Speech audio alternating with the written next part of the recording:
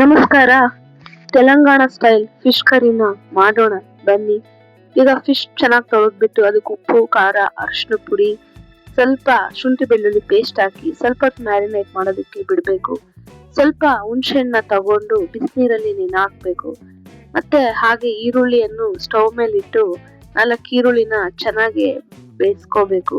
ಮತ್ತೆ ಈರುಳ್ಳಿನೆಲ್ಲ ಕ್ಲೀನ್ ಮಾಡ್ಬಿಟ್ಟು ಅದನ್ನ ಮಿಕ್ಸಿಗೆ ಹಾಕೋಬೇಕು. ಯಾವುದೇ ಕಾರಣಕ್ಕೂ ನೀರ್ ಹಾಕಕ್ ಹೋಗ್ಬೇಡಿ. ಆಮೇಲೆ ಮಸಾಲೆಗೆ ಬಂದ್ಬಿಟ್ಟು ಸ್ವಲ್ಪ ಧನಿಯಾ ಕಾಳು, 2 ಏಲಕ್ಕಿ, ಲವಂಗ, ಸ್ವಲ್ಪ ಮೆಣಸು, ಚಕ್ಕೆ ಮತ್ತೆ ಸ್ವಲ್ಪ ಮೆಂತೆ ಕಾಳು, ಈ 3 ಲೋ ಫ್ಲೇಮ್ ಅಲ್ಲಿ ಇಟ್ಟು ಚೆನ್ನಾಗಿ ರೋಸ್ಟ್ ಮಾಡ್ಕೋಬೇಕು. ಮಸಾಲೆ ಎಲ್ಲ ರೋಸ್ಟ್ ಆದ್ಮೇಲೆ ಲಾಸ್ಟ್ ಅಲ್ಲಿ ಸ್ವಲ್ಪ ಓಂ ಕಾಳು ಮತ್ತೆ ಸ್ವಲ್ಪ ಗಸಗಸಿನ ಹಾಕೋಬೇಕು. ಇದನ್ನೇ ರೋಸ್ಟ್ ಮಾಡ್ಬೇಡಿ, ಆ ಬಿಸಿಗೆ ಅದೇ ಸಿಡಿಯುತ್ತೆ. ಆಮೇಲೆ ಇದೆಲ್ಲ ಆದ್ಮೇಲೆ ಇದನ್ನ ಗ್ರೈಂಡ್ ಮಾಡ್ಕೋಬೇಕು. ನೀರ್ ಹಾಕ್ಬೇಡಿ, ಡ್ರೈ ಅಲ್ಲೇ ಈ ಮಸಾಲೆನ ಮಿಕ್ಸಿ ಮಾಡ್ಕೋಬೇಕು. ನೋಡಿ ಈ ತರ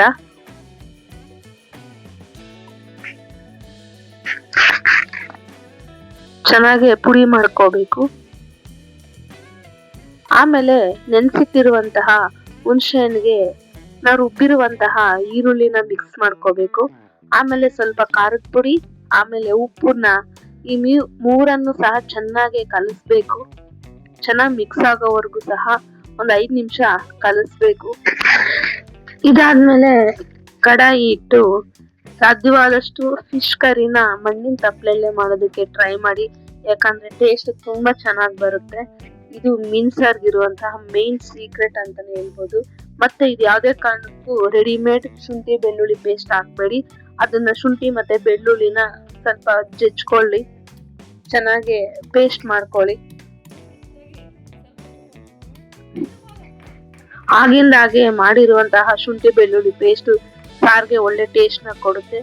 ಆಮೇಲೆ ಬಾಣಲಿ ಇಟ್ಟು ಎಣ್ಣೆ ಹಾಕಿ ಸ್ವಲ್ಪ ಸಾಸಿವೆ ಹಾಕಿ ಒಂದೇ ಒಂದು ದಾಲ್ಚಿನ್ನಿ ಚಕ್ಕೆ ಹಾಕಿ ಆಮೇಲೆ ಶುಂಠಿ ಬೆಳ್ಳುಳ್ಳಿ ಪೇಸ್ಟ್ ನ ಅದ್ರಲ್ಲಿ ಹಾಕಿ ಚೆನ್ನಾಗಿ ರೋಸ್ಟ್ ಮಾಡಿ.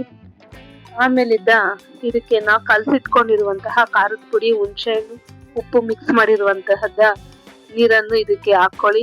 ಆಮೇಲೆ ಇದನ್ನ ಕುದಿಸಿ. ಇದು ಕುದಿತಾ ಇರ್ಬೇಕಾದ್ರೆ ಎಣ್ಣೆ ಎಲ್ಲ ಮೇಲಕ್ಕೆ ಬರುತ್ತೆ, ಅಲ್ಲಿವರೆಗೂ ಸಹ ಇದನ್ನ ಕುದಿಸ್ಬೇಕು. ಅದು ಲೋ ಫ್ಲೇಮ್ ಅಲ್ಲಿ ಇಟ್ಟೆ ಕುದಿಸ್ಬೇಕು. ನಾವು ಹುಣಸೆ ಹಣ್ಣಿನ ರಸ ಎಲ್ಲ ಕ್ಲೀನ್ ಆಗಿ ಬಿಟ್ಕೊಂಡು ಎಣ್ಣೆ ಮೇಲೆ ತೇಲುತ್ತೆ.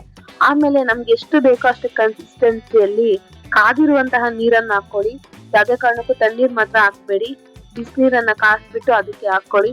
ಮತ್ತೆ ಇದಾದ್ಮೇಲೆ ನಾವು ರುಬ್ಬಿಟ್ಕೊಂಡಿರುವಂತಹ ಮಸಾಲಾ ಪೌಡ್ರನ್ನ ಇದಕ್ಕೆ ಮಿಕ್ಸ್ ಮಾಡ್ಕೊಳ್ಳಿ. ಮಿಕ್ಸ್ ಮಾಡ್ಬಿಟ್ಟು ಇದನ್ನು ಸಹ ಲೋ ಫ್ಲೇಮ್ ಅಲ್ಲಿ 15ರಿಂದ 20 ನಿಮಿಷಗಳ ಕಾಲ ಚೆನ್ನಾಗಿ ಬೇಯಿಸ್ಕೊಳ್ಳಿ. ಎಷ್ಟೊತ್ತು ಕುದಿಯುತ್ತೋ ಸಾರು ಅಷ್ಟೊತ್ತು ಟೇಸ್ಟ್ ಬರುತ್ತೆ. ಇದಾದ್ಮೇಲೆ ಸ್ವಲ್ಪ ಹೊತ್ತು ಮುಚ್ಚಿಬಿಡಿ ಇದನ್ನ. ಆಮೇಲಿದ್ದ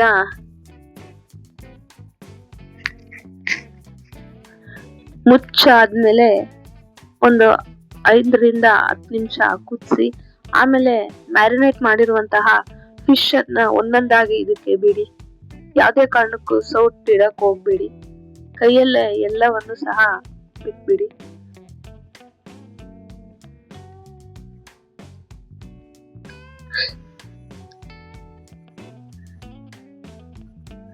ಇದು Telangana style fish curry.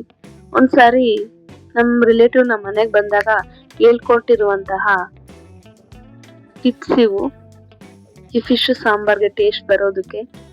So ನಾನು ನಿಮಗೆ ಹೇಳ್ತಾ ಇದ್ದೀನಿ, ಒಂದ್ಸರಿ ಟ್ರೈ ಮಾಡಿ ನೋಡಿ. ಟೇಸ್ಟ್ ಮಾತ್ರ ತುಂಬಾ ಅಲ್ಟಿಮೇಟ್ ಆಗಿ ಬರುತ್ತೆ. ಸೊ ಇದಾಗಿದ್ದು ನನ್ನ ತೆಲಂಗಾಣ ಫಿಶ್ ಕರ್ರಿ. ವಿಡಿಯೋ ಇಷ್ಟ ಆದ್ರೆ ಲೈಕ್ ಮಾಡಿ. Thank you. ಬಾಯ್.